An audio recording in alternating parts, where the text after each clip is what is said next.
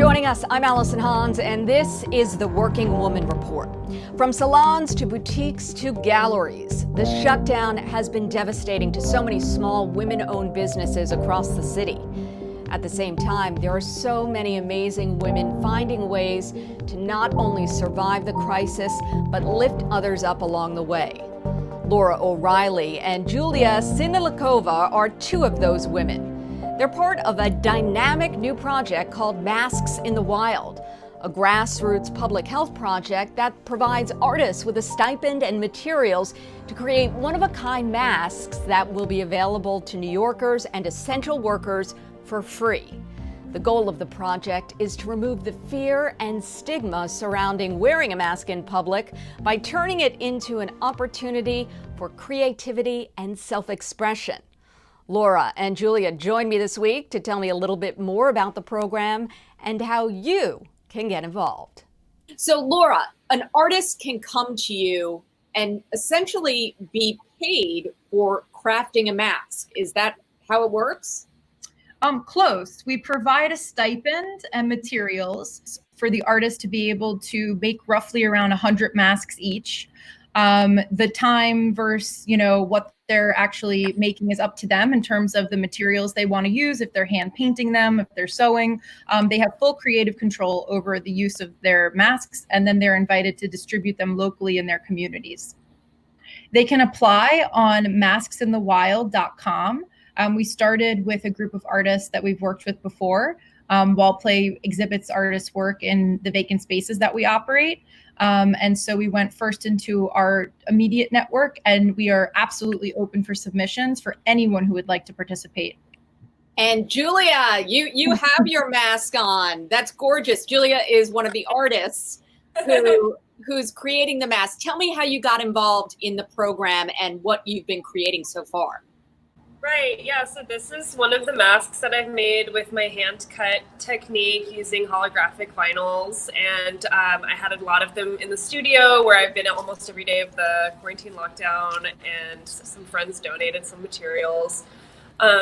I reached out to Wallplay maybe a month and a half ago because I've worked with the gallery for a number of years. We've done a few solo projects together, and they're a wonderful supporter of community projects, bringing new media and public-facing festivals and openings to New York. So I was like, what are they doing to combat the crisis and being creative, since they're a creative agency, and we have this project going on, so they invited me to be part.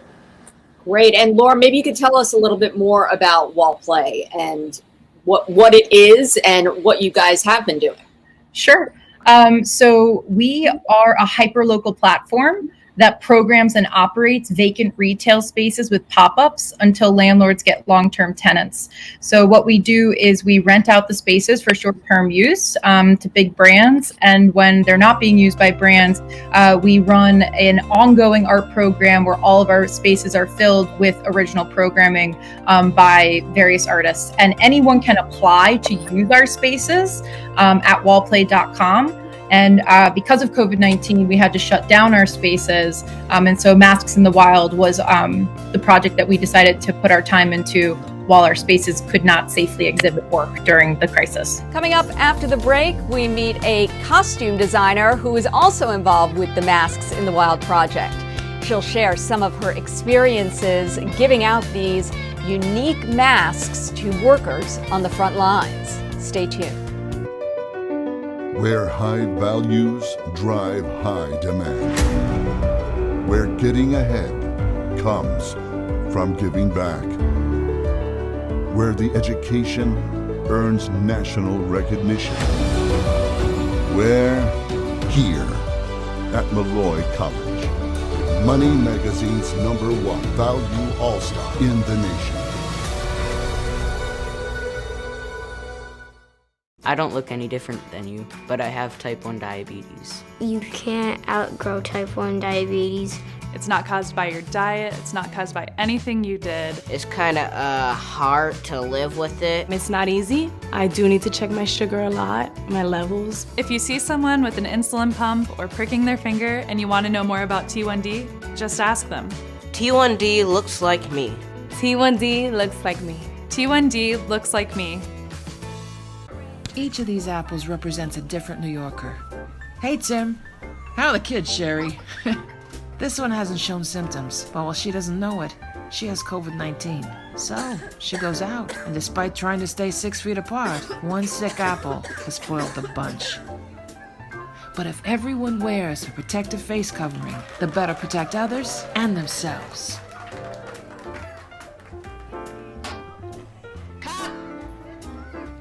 Well, it was a pleasure meeting Laura and Julia from the Masks in the Wild project, which of course is providing artists with a stipend for creating masks. Cameron Loeb is a costume designer here in New York who is also taking part in the project, designing and distributing masks. Cameron, what has the response been like so far? It's been really great. I went the other day to bring a mask to one of my girlfriends, and she hasn't really left the house at all, and she had no mask that really fit her or worked for her, right? She had one of those respirator things. But as we were going and we gave her a mask, a delivery guy came, and he was working out of his car, but he was delivering for Amazon. And he was like, wow, those masks are really cool. Where did you get them from? And I was like, well, you can have one. And my whole idea is to make them so that they suit anyone, so I have a variety of different kinds of masks, and people can choose what they like and what suits them. So he chose one, and it just happened to match his gloves, and he had all this green, and that's awesome. It's great. So normally, as a costume designer, when will you, in terms of getting back to work in your regular industry, what does that look like? What did it look like before, and what do you think it will look like in the future? I honestly have no idea. I'm kind of just waiting. Because I work on big TV shows and films, and production is not starting up anytime soon. They have to figure out how to socially distance while keeping all of the unions happy. So I'm unsure of when or what that will look like, honestly. I'm in 2 unions, so I do wardrobe and I'm a costume designer. So depending on how I'm feeling or who's calling, I will be shopping. I will be putting together looks. I will do fittings. I've worked on SNL and Girls. And before the pandemic really hit, I was working on a pilot, and we were a day away from shooting. So I don't know if that will come back, but yeah, a day of work could be on set all day for 14 hours, 16 hours, dressing background. I don't know how that's going to work with, a 400 background person day, and a big crowded room just doesn't seem realistic anymore. Is there anything that I haven't asked you about that you want to talk about? Part of the project is that the artists making masks get to distribute a good portion of those masks to an organization that they care about or that they want to help out. Every artist has a different organization that they're interested in, but I'm the junior board president of a children's charity called Only Make Believe. And we go into hospitals and put on shows for kids in hospitals, but obviously that can't happen right now. So they were trying to figure out a way other than taking their show online to help their partner facilities, which are hospitals and care facilities around New York. So I decided that I would do that and give them a good portion of my decorated masks for the healthcare workers to wear outside of work. Because they need their PPE at work, but that needs to be medical grade. But what about when they're running errands? They deserve to have fun masks too. They absolutely do. Well, thank you so much for everything that you're doing, and you're obviously so talented, and I wish you all the best, and please stay safe. Thank you, too. Wallplay welcomes private and public partners who would like to participate in the Masks in the Wild project. If you or your company are interested in partnering or providing fiscal or material donations, simply contact Masks in the Wild at wallplay.com. Of course, we will have that information on our website as well. While there's been a concerted effort over the past few years to help attract and promote women in the cybersecurity industry, the pandemic has amplified the need for more women to join the workforce pipeline. With growing threats of cyber attacks and this new normal of so many people working online from home, the need for qualified women in cyber is soaring. So what does it take to work in the industry? And how can you move into a position of leadership? Angela Hogeboom, president of Women in Cybersecurity Colorado, joined me this week to talk more about the field and why women are more important than ever before. You know, COVID-19 has brought forth a number of cybersecurity challenges in the just in the ecosystem that, you know, it's requiring more people to start thinking about cybersecurity as a line of career, or, you know, families where maybe a breadwinning husband loses his job and the wife is capable of learning some of these things, and you know, this whole stay-at-home thing is presenting different career opportunities. You know, it's a remote friendly type of career. It's a flexible time because, you know, hackers don't work in traditional business hours. So it's really starting to open a lot more doors for the cybersecurity industry, especially for women. What's been interesting for me to learn is that women can train and learn about the industry. They don't have to have this coding experience necessarily. It's something they really can learn from scratch. Absolutely. That's how I learned. I was in technology. I went to technology from a marketing background. And I had certain projects that I was working on that I was interested in, and I became a technology consultant, and I navigated that. You know, there were a lot of compliance issues and a lot of cybersecurity considerations for every engagement that I've ever worked on. So, you know, it really is everywhere. It's just identifying and being made aware of the different kinds of the different arenas of cybersecurity that are out there and that are available to anybody who is willing to learn. Well, I'd be remiss if I didn't ask you for your best advice about staying safe online right now. That's a good one. Don't trust links. That's the biggest, the biggest at-home threat for anybody right now is there is a big, shift in mindset, and there is a great fear for a number of reasons and a number of things that are just going on in the world today. And bad actors will always manipulate your fear. So be very cautious of any strange text messages, particularly if they are addressing COVID-19. So there have been a number of spam sites or hack sites that have purported themselves to be symptom trackers or resource centers or, things of that nature. And just be aware that, if you want to know the information, know where to go to get that. And that those would be places like, the CDC website, the US Gov website, your local state Gov website, things like that.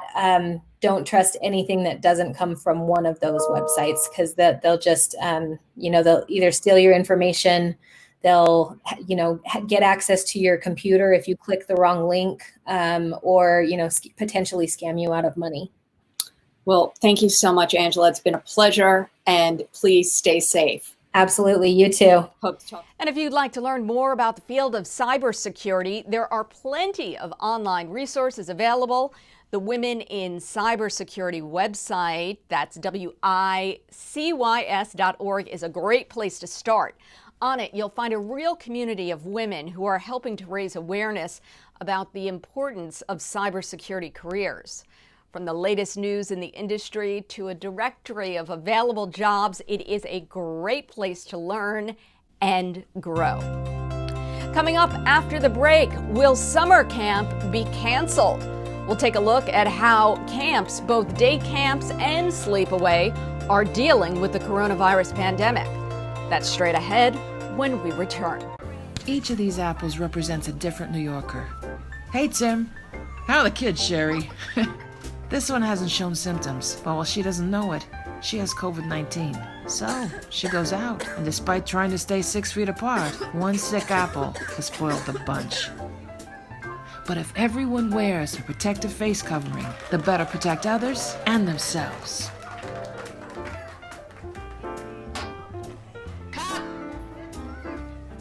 I don't look any different than you, but I have type 1 diabetes. You can't outgrow type 1 diabetes. It's not caused by your diet, it's not caused by anything you did. It's kind of hard to live with it. It's not easy. I do need to check my sugar a lot, my levels. If you see someone with an insulin pump or pricking their finger and you want to know more about T1D, just ask them. T1D looks like me. T1D looks like me. T1D looks like me. Well, there's no doubt there are a lot of parents and kids this week scrambling to rethink plans for the summer. Many families depend on summer camps to fill the days with swimming, sports, and arts and crafts. But what happens to a camp in a pandemic?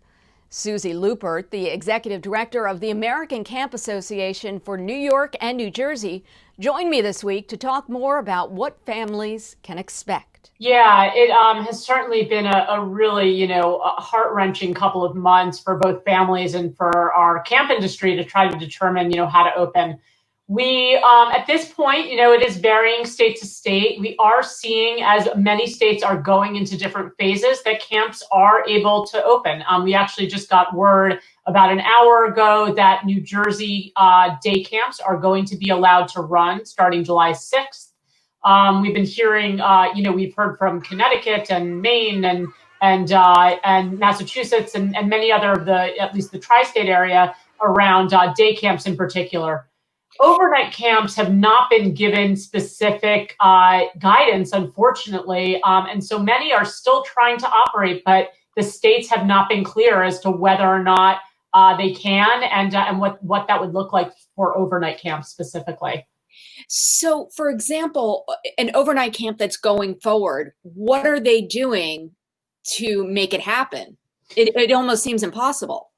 Yeah, I mean, again, it does depend on the state. There have been some guidelines that have come out from specific states, but yeah, the ones in the states where they're not getting any guidelines, they are operating a little bit of guesswork. The ACA, the American Camp Association, has partnered with the YMCAs of the USA. We've created a field guide that was created, with independent health experts and leaders in the American Pediatrics Association and camp experts and health experts. And we call it our field guide. And we have presented that to each state across the country to say, here are ways that we believe that camps can have a safe path to opening. So a lot of camps are using those guidelines for now in the hopes that when they get the green light, they're kind of ready to go.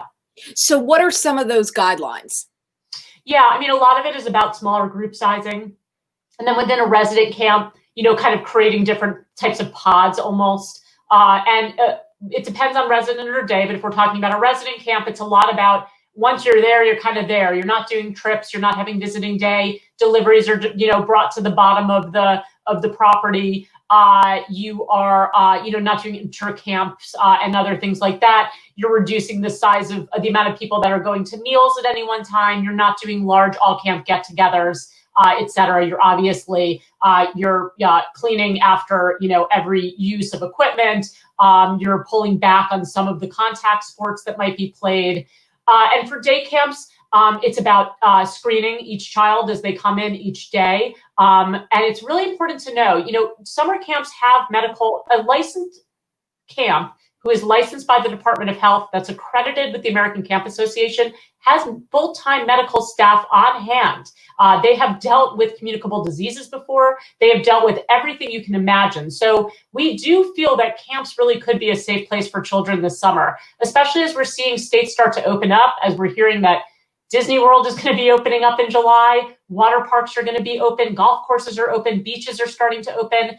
Summer camps really can be a safe place. We're talking about screening every kid when they arrive. We're talking about medical staff that are on hand that are going to be trained to look for signs of both COVID and any of the signs of an inflammatory, respiratory issues that are happening with the Kawasaki disease, et cetera. These are trained professionals. So if we're talking about the difference of a child being, what kind of safer summer can they have? We do believe that camps really can provide that opportunity. And look, kids have to start socializing again. We have to get children back together in safe ways. They're outside almost the entire day at a summer camp, which has been shown, is certainly a way that the disease is not spreading as rapidly. The virus is not spreading as rapidly as being outside. So with all of these factors, we are hopeful that kids can get together in some ways at some summer camps. How important is the socialization? Because the kids have been isolated for so long now. Yeah, I mean, look, if we're going past the summer, we're talking about children being out of structured environments for 6 months. As a parent myself, I'm watching the effects that this has on my children, and it's just astounding. Children have to start getting back together in a safe way, with smaller group sizes, in outdoor environments, with medical staff on hand.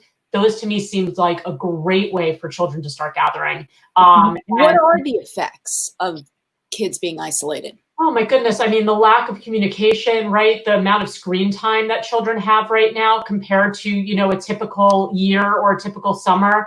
We're seeing, the CDC reports that 1 in 5 children already is reporting of having some sort of mental health disorder. A lot of that stems from anxiety. A lot of that obviously stems from bullying that's happening on social media. And all of that is being exacerbated as we are having kids being isolated by themselves in their homes, often with parents who are working, who it's not as though they're being paid attention to all day or have a structured environment.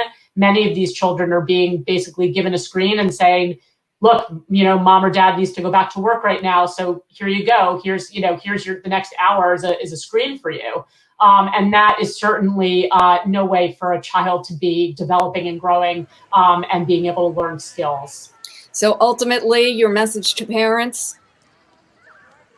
If you can and you want to send your child to camp, I hope that people are still considering it out there. And I hope that they use the American Camp Association as a resource. We really can be helpful to parents navigate these waters. And we hope that, that we can have some semblance of a summer. I do believe it is more important now than ever for children to be at summer camp. And I also do believe that there is a safe path for that to happen. Well, thank you so much for sharing your thoughts and advice, and we'll certainly send people to the website if they have any questions. Thank you so much. I really appreciate you having me on. Stay safe. Okay, you too. Take care. Once again, the American Camp Association for New York and New Jersey is a great resource to find the latest information on options for both day camps and sleepaway camps during the coronavirus crisis. And that's it for this week's edition of the Working Woman Report. Thank you so much for joining us and being a part of our community. Be sure to keep in touch online through our website and social media. We are on Facebook, Twitter, Instagram, you name it. We are always here to help and share what we learn. Remember, we're all in this together.